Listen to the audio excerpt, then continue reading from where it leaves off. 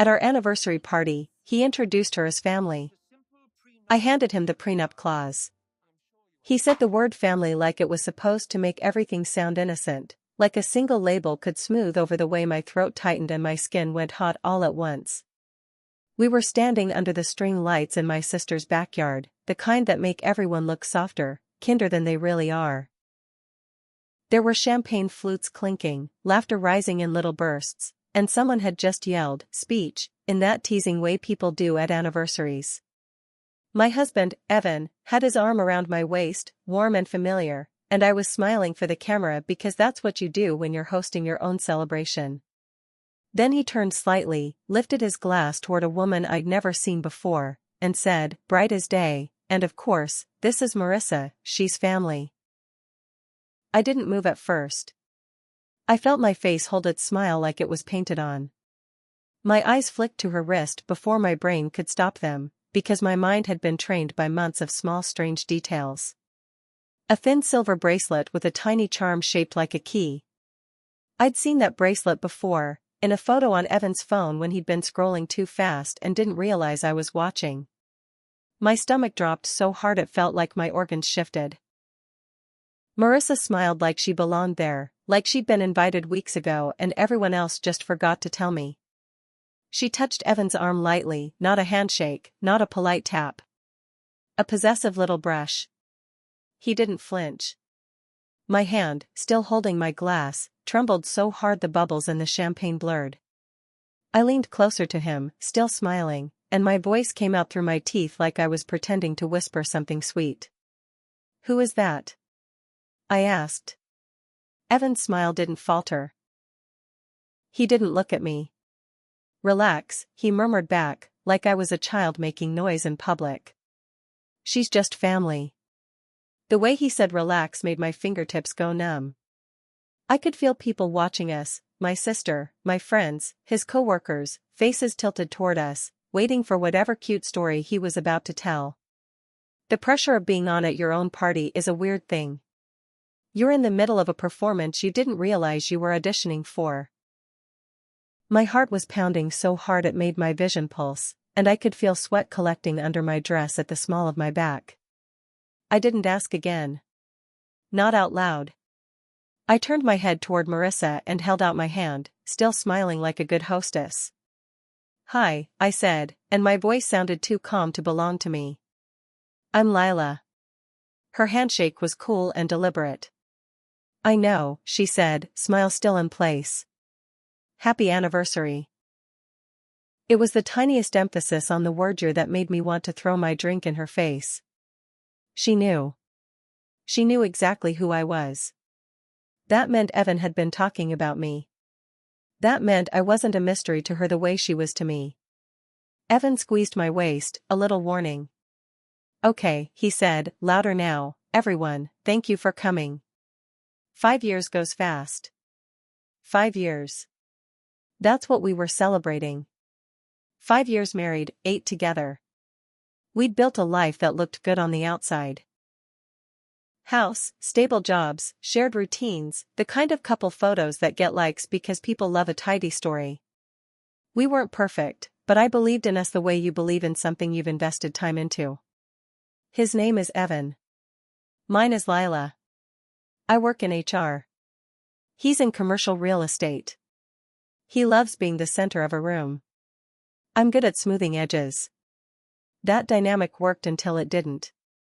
This party wasn't even my idea. Evan insisted. 5 years is a milestone, he'd said, kissing my forehead like he was proud. We should celebrate. Invite everyone. Make it fun. My sister offered her backyard, my friends helped with decorations, Evan handled the caterer and the bar. I remember thinking it felt nice that he cared. That he wanted to show me off. Looking back, I realize he wanted an audience. Because the family thing wasn't an accident. Not the way he said it, not the way he looked so confident when he introduced her. It was like he'd practiced the line in his head and decided it was unbreakable. Like if he named her something safe, no one would question it. Except I was questioning it. My whole body was. I'd been noticing small cracks for months. The kind that are easy to dismiss if you're tired or busy. Evan taking calls in the garage. Evan running to the office on weekends. Evan suddenly protective of his phone. Evan laughing at texts and angling the screen away. I'd asked once, lightly, "Who's so funny?" and he'd said, "Work stuff," and kissed me like that was the end of it. Then there was the key bracelet. I'd seen it in a photo when he was showing me pictures from a site visit. He'd swiped too far and a selfie flashed by, him in a bar mirror, grin wide, and in the corner of the frame, a woman's wrist with that exact bracelet draped across his shoulder. He'd swiped away fast and said, "Oops," like it was nothing. When I asked, he said it was his cousin's girlfriend, that they'd all gone out as a group after a work thing. I told myself I was being dramatic for feeling uneasy. I told myself I was tired. But that bracelet had lived in my head like a splinter. Now it was right in front of me, attached to a woman he'd just called family at my anniversary party. As people cheered and clapped and Evan gave his little speech about partnership and weathering storms, I watched Marissa's face. She smiled at the right moments. She laughed at the jokes like she'd heard them before. And the longer I watched her, the more my anger changed into something colder. Because she wasn't nervous. She wasn't awkward. She wasn't a random cousin. She was comfortable. When Evan finished, everyone toasted. Glasses clinked. Someone started chanting for us to kiss. Evan turned toward me, and for a second I saw what he expected, the dutiful wife smiling, playing along, making the night easy. He leaned in.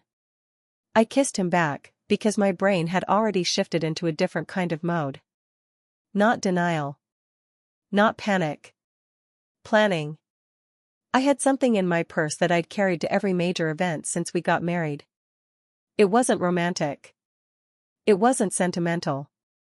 It was practical, a folded copy of the prenup clause page, tucked behind my makeup bag. The prenup had been Evan's idea, actually. He pitched it like a business decision. "It's smart," he'd said. "It protects us from stupid fights if anything ever happens. It keeps things clean." I didn't love the idea, but I understood it.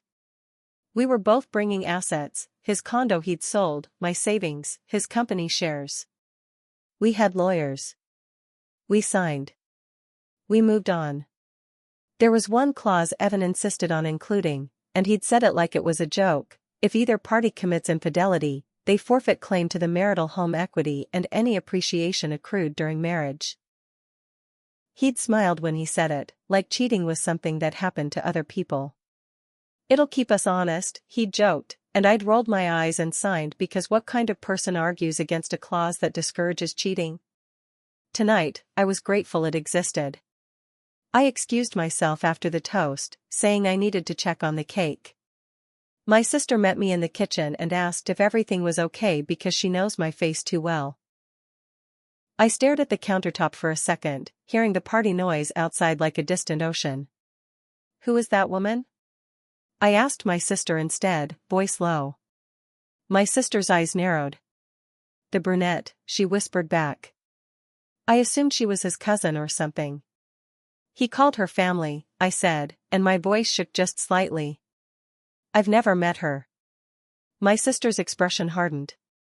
"Lila," she said quietly, "do you want me to say something?" "No," I said. "Not yet." I opened my purse with hands that finally stopped shaking, like my body was relieved to have a task. The folded paper was there, crisp and familiar. I smoothed it once, then refolded it smaller. It felt strange, carrying legal language into a backyard party with balloons and cupcakes, but it also felt grounding. A reminder that not everything was emotion. Some things were consequences. When I walked back outside, the party was in full swing again. Music playing, people taking photos, my friends laughing near the fire pit. Evan was near the bar, drink in hand, talking to Marissa like he was the host of her night, not mine. His hand brushed her elbow when he laughed. She leaned in too close. No one else seemed to notice because no one else was looking with my eyes. I walked straight up to them. Evan's smile widened like he was relieved to see me playing nice. "There she is," he said, arm reaching for my waist again. I didn't let him. I stayed just out of reach and looked at Marissa. "So," I said, tone light, "how are you family?" Marissa's smile stiffened. Her eyes flicked to Evan. Evan laughed too loudly. He began. "Let her answer," I said, still calm. Marissa's throat moved as she swallowed. "I'm close with Evan," she said, and it was vague on purpose. "Close how?" I asked. Evan's face tightened. "Lila," he warned softly. I turned my eyes to him. "I've met your mother. Your brother. Your cousins. Your coworkers. I've hosted your clients. I've sat through your work dinners and listened to you talk about relationships like their currency." My voice was still quiet, but it felt sharper now. "So I'm just trying to understand why a woman I've never met is family at my anniversary party." His jaw clenched. Marissa looked like she wanted to disappear. Evan leaned in, voice low, furious. "Not here," he hissed. I smiled at him. Not sweetly. Not kindly. Just enough for the people nearby to think we were having a normal couple moment. "Here is exactly where," I said. Then I pulled the folded page out of my purse. It was such a small thing. A piece of paper. But the moment he saw it, his face changed. The color drained from it like someone pulled a plug. His eyes went wide, then narrow, then wide again. "What is that?" he whispered, like he didn't know, like he hadn't helped write it. I unfolded it halfway and held it between us like a menu. "It's the prenup clause you insisted on," I said, still calm. "The one about infidelity." Marissa's eyes snapped to the paper. She went pale. Her hand drifted toward her bracelet, fingers touching the charm like a nervous tick. Evan's throat bobbed. "Lila," he said, and for the first time that night, his voice sounded uncertain. "You're being ridiculous." "Am I?" I asked quietly. "Because you just introduced her as family. If she's family, then reading a clause shouldn't be a problem." Around us, the party noise continued, but a few people nearby had started to pay attention. My sister was watching from the kitchen door. One of Evan's coworkers had paused mid-sip. Evan tried to take the paper from me. I stepped back, just out of reach. "Don't," I said. His eyes flashed anger. "You're humiliating me," he spat under his breath. I looked him in the face and felt a strange calm settle in. "You did that," I said. "When you brought her here." Marissa made a small, strangled sound. "Evan," she whispered, like she was suddenly realizing she was standing in the blast zone. Evan turned on her sharply. "Stop," he snapped, and then he caught himself, forcing his face back into something smooth. That slip was enough for me. Because it showed how he handled pressure, control, then charm, then blame. I lowered my voice so only he could hear. "Either she's family, or she's not," I said. "But either way, I'm done being lied to." His eyes flicked around, calculating again. He leaned in. "Let's go inside," he murmured, trying to steer. "We'll talk." "No," I said. "You've had months to talk. Tonight you chose an audience." He stared at me, and I could see the exact moment he realized I wasn't going to smooth this over. I wasn't going to absorb it quietly and cry later in a bathroom. I wasn't going to be the one who kept his image intact. I folded the paper and tucked it back into my purse. "I'm going to bed," I said, and my voice was almost conversational. "You can decide where you're sleeping." Evan grabbed my wrist, just lightly, but enough to make my skin crawl. "Lila," he said, voice tight, "don't do this." I pulled my arm free. "Don't touch me," I said, and this time it wasn't quiet. People definitely heard that. Silence spread in a small ripple. Not the whole party, but enough. A few heads turned. My sister stepped closer. Evan's face went hot with fury and embarrassment. "You're overreacting," he snapped. I looked at him and felt the final piece click into place. "You don't get to tell me what my reaction should be," I said. "Not after you stood under our anniversary lights and called your affair family." Marissa flinched like she'd been hit. Evan's face froze. And that was the moment the truth became real in the air, not just in my head. I walked away before my body could betray me with tears. I went inside, locked myself in the bathroom, and slid down to sit on the floor with my knees pulled up, breathing like I'd run a mile. I could hear muffled voices outside, my sister talking, Evan's tone rising, someone trying to keep things calm. I stared at my hands and realized they were shaking again, delayed tremors now that I was alone. I didn't sleep much that night. Evan tried to come into the bedroom at one point, whispering my name like he still owned it, and I told him to leave. In the morning, when the party decorations were still drooping in the backyard like evidence, I called a lawyer. I didn't do it to be dramatic. I did it because the moment someone can look you in the eye and rename betrayal as family, you have to protect yourself from whatever story they're going to tell next. If you made it to the end, thanks for watching. And if you've ever been blindsided in public. At a party, a wedding, a dinner where you had to keep smiling while something broke inside you, share your story in the comments. I'm reading them, and it helps to know you're not the only one who learned the truth with an audience.